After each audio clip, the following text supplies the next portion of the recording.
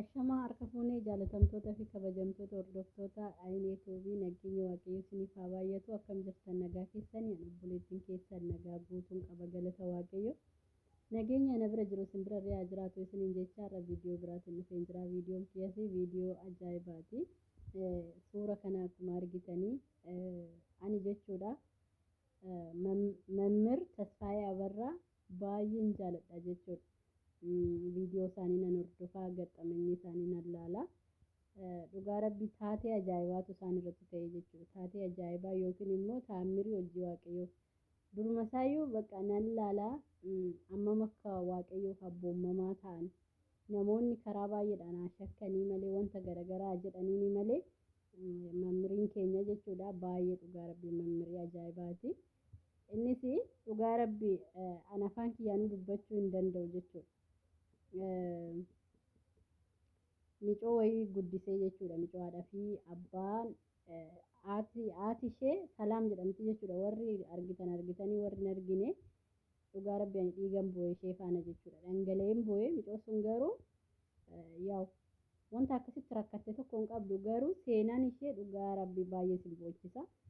Akkasumallee lakkaa namni qulqullummaan namaa alatti bahee ni mul'ata rabbi dhugaa rabbii micoo sun otoo qulqulluu ta'uu baatte hojiin ajaa'ibaa akkanaa kun ishee irratti raawwatamu jechuudha.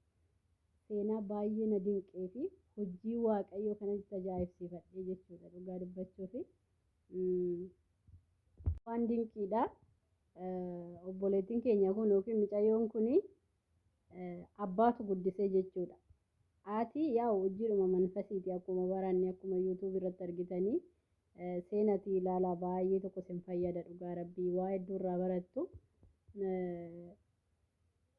Dura haati ishee jechuudha yaa'u bakka manfasiidhumatu ittiin taphate jechuudha. Inni dhugdeetti gaxxameenyi irratti akkuma dubbatte jechuudha obboleettiin keenya Salaami. Abbaanis immoo dura goobazii ture, barataa akkamii ture. Namoonni baay'een yaa'u miqqaanyinnatiin dhaban yoo gaarii taate yoo qabaatte miqqaanyaan dhabdu waan ta'eef namoonni biroo immoo yookiin immoo kan isa guddiste akka inni ilma ishee hin caalle waa itti goosiste jechuudha. Abbaan Salaam kun abishoo akka ta'u taasiste, akka maxaxxii dhuguu akka waan barate san dagatu taasiste, gaddeebiste akka inni asirra ga'u taasiste jechuudha. Yeroo baay'ee namoonni harka isaanii jireenya keenyarra kaa'anii nu balleessuuf barbaadanii mee ilaala otoo wanna feetee banneen bannu galgala keessa bareennaa araa nuu tolu waan ta'eef jechuudha. Araa nuu tolu dhugaa rabbii. Araa waaqayyo isaan sababa godhe lafa nuu kaa'uu isaatiif galateeffadha.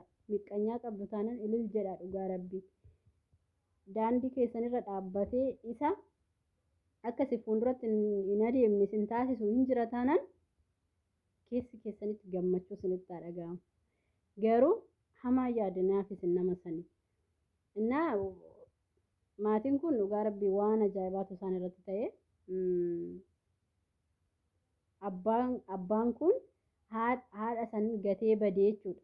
Daa'ima irratti gatee badee mucayyoon erga xinnoo haadha wajjin turtee booda bakka haadhuma wajjin manatti ol galte malee haati sin dhuddi waan ta'eef hin taquxaxxartu gaafa kana abbaa wajjin hin galuu barbaadde jechuudha. Maaliif haati sun ulaagaalee daa'imaa hin guuttuu fi misaaqa akka garaatti fudhattee deemtu boorsaa kafana akka hiriyaa ishee ittiin uffattu kanaaf abbaa kiyya faana deemuu na wayya jettee abbaa ishee wajjin hin deemte jechuudha. Abbaanis immoo kan sin garraaf mucayyoon bifaanirree jechuudha. Suura ishee akkuma argitan bifaanirree abbaa qurruxii abbaa fakkaatti abbaa jaalatti jechuudha dhugaa rabbii. Innaa yeroo baay'ee namni haadha caalchifata. Garuu isheen abbaa jaalatti kan sin garra immoo walumarraa muraman wal fakkaatu jechuudha. Gaafa kana abbaan kun abbaan abbaadha. Abbaan kamiyyuutii bitanyaas haa ta'u waan barbaade quufas haa ta'u ilmoon gadi isa qabdi jechuudha. Ilmoodhaaf abbaan garaa hin laafa dhugaa rabbii. An akka abbaa keessanii isin hin jiru. Haati haadha haa taatu malee jechuudha. Abbaan keessan sin jaalata. Akka humni isinirra buutu hin barbaadu fedha. Yoo harkaa dhabeeyyuu jechuudha keessa isaatitti minyootiin isaa akka isinirra humni isin irra hin buune daa'ima isaa yeroo hunda minyootii isaatii jechuudha. Abbaan Salaam kun mana takaraayee fi shofeerii yookiin raddaatii ture. hojii kana hojjetaati micoo tana guddisee jechuudha. Barumsa galchee akka ishiin barattuuf waan hundaa guuteefi jechuudha. Laalamee dhugaa rabbi dhabeenyi ilmoo gaarii godhanii guddisuu isin hin dhorku jechuudha. Dhabeenya jechuudha harkaadhaan. Gaafa kana micayyoon akkuma dura gaxxamanii irratti dubbatte seenati gaxxamanii Mammir Tasfaayee Abarraa waa'ee salaam dhaggeeffadhaa jechuudha. Akkuma dubbattee taammirii garaagaraa qulqulluu Mikaa'eliin maal akka godheef daa'ummaa ishiitii qabee ammam akka goobazii turte waa'ee amantii ishiittis deemtee kadhannaa godhatti abbaan irree abbaa wajjin irree kadhannaa ni taasisatu qulqulluu Mikaa'elii ammam akka isa jaalattu yeroo baay'ee anaaf irree ergamaa waaqayyo qulqulluu Mikaa'eliin dursaa kooti yookiin immoo abbaa koo daa'ummaadha qabeena guddisee jechuudha. Seenaa kana yoggaan gara biraatitti dhaga'u gizee namoonni biraa jedhanii dhaga'u gizee yaani namoonni biroo qulqulluu Mikaa'el daa'ummaa kootii kaasee na eegee na guddisee gizee jedhan gammachuu guddaa natti dhaga'ama keessa kootti. Anallee bakka dhuguma bakka hundumatu odeessa dhugaa rabbi ሲጀመር ከህፃንነት የሚያሳድግ መላክ ዳውማዳ ከነማ ፋነ ተው ቁልቁሉ ሚካኤልidhaና ደስነደ በቃ ደስነደ ገረገራ ጊዜን አገው እና ፖለቲክ የኮን ጊዜ ዳውማ ሺትሬ ታምሪ ማለት ኮጀቴፊ አመ የሆነትት ቁልቁሉ ሚካኤልን አከሼ ፋነ ጅሩ ጎበዚ ቁልቁሉ ዱጋረብ ክትችን ደስነቴ ፋርፈቱ ዮኪንሞ waaqayyo karaa qopheessee fi gara Mammir Tasfaayee Abarraa akka deemtu akka achi jiraattu kan taasiseef kan singarramu hangafa ergamoota qulqulluu Mikaa'elii jechuudha. Haala kan hunda mijeessee fi mana sanitti erga galtee yaa'u akkuma beektan Mammir keenya anuma dhugaa jirtu sinitti as fidaa jechuudha. Dhugaa rabbi jireenyi isaa noormaalii orijinaala soomni keessa hin jiru. Akkuma dhufee nutti musaan ofii isaatiin manatti irree kan godhu jechuudha. Namni hin beeksisa. Maatiin isaatirree kan eebbifaman dhugaa TBT kan irra hin jiraanne of baxaxxasuun nama naaquun nama tuffachuun kan isaan irra hin jiraanne maatii Mammir Tasfaayee Abarraarraa fiqireen qabeera dhugaa rabbi akkatti isaan dasnamedha waaqayyo waliin isaan haa jiraachisu umurii dheeraa mammirii keenya isaanii haa kennu dhugaa rabbi eebbisaa seenatii irraa baradha ani jireenyi koo yookiin immoo eenyummaa koo gaxxamanii yookiin barumsa isaanii keessatti argadhe waan ta'eef baay'ee tokko natti tolu waaqayyo umurii dheeraa isaanii haa kennu. Egaa gara salaamitti hoggaas deebinu salaam ji'a tokkoon booda haadha ishee argatte jechuudha. Miidiyuma kanarratti baasee Mammir Tasfaayee Abarraa erga mul'isee booda namoonni barbaadanii fi haadha ishee argatteerti. Haadha ishee gizee simattu viidiyoo isaa isinittan argisiisa asirratti isinii maxxansa. Gizee haadha argitu jechuudha dhugaa rabbi dhiigan booyan ishee faana jechuudha. Bakka simmeetiin an addaati. Ji'a tokkoon booda immoo guyyuma san guyyaa aduu gannaa jechuudha. Aduu ayyaana waggaa san abbaa ishee argattee jechuudha.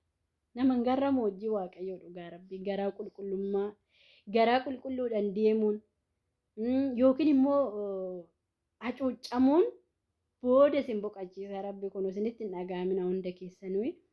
Obboleettiin keenya kun ni boochi jechuudha yeroo hundumaa otoo isin ta'e abbaa keessan haadha keessan irraa adda baatanii ammamuu isinitti haa tolu ammamuu obboloota obboleettii argadhu abbaan ishii bargeet akka wanyu abishoo wayii ta'e mana sin qabu mala sin qabu ayilaandii gurguree gurguraa jechuudha.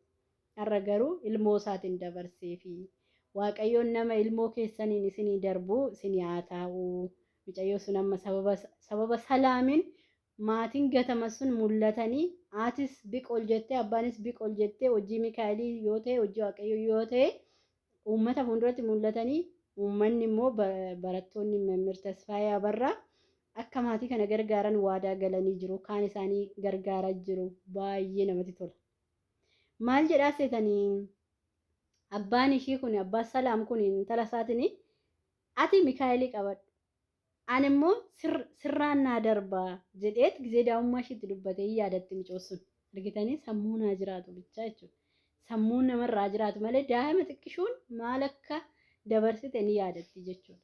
Kanaaf abbaa koo jettee har'a barbaaduun ishee baay'ee namatti dhaga'ama baay'ee das nama jedha nama gammachiisa ilmoon namaa jiraattu warra ofiis namaa jiraatan hiyyeechas ta'an rakkataas ta'an dhabaas ta'an hundumtuu warraan bareedaa jechuudha dhugaa